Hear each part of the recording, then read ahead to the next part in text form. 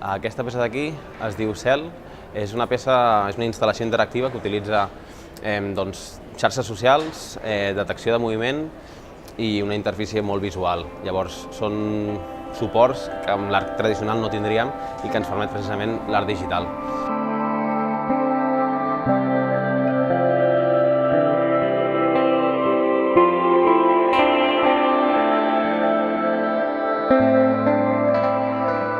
Music and Arts i és una exposició que té obres d'art digital que fundamentalment estan parlant de l'ús de les noves tecnologies en formats artístics.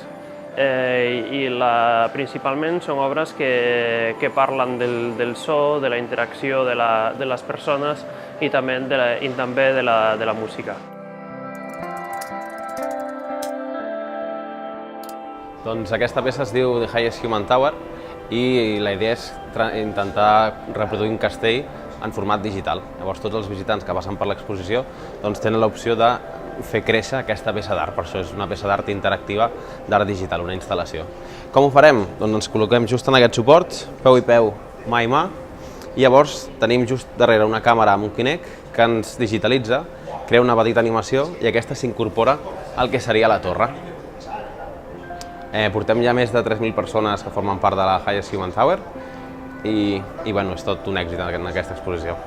Un artista no cal que sàpiga programar, però sí que cal que sàpiga qui és la persona que li pot programar per fer una obra d'art. Són obres que són molt col·laboratives i aquí hi ha alguna que veuràs que hi ha molts noms que estan associats als artistes.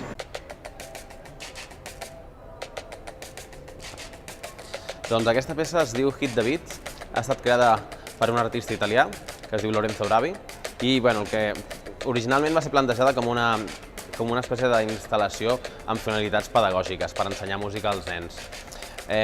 Nosaltres la tenim aquí a l'exposició i és per demostrar una miqueta com es poden manipular objectes físics a través de la tecnologia digital, en aquest cas a través d'un iPad. Nosaltres tenim una sèrie de 5 capses numerades, la 1, 2, 3, 4 i 5, i des d'aquí podem crear una seqüència rítmica, podem crear un ritme a través d'aquests quadrets taronges. Llavors, a mesura que els anem seleccionant, dins del loop, que és això sencer, enviem l'impuls amb un pistó.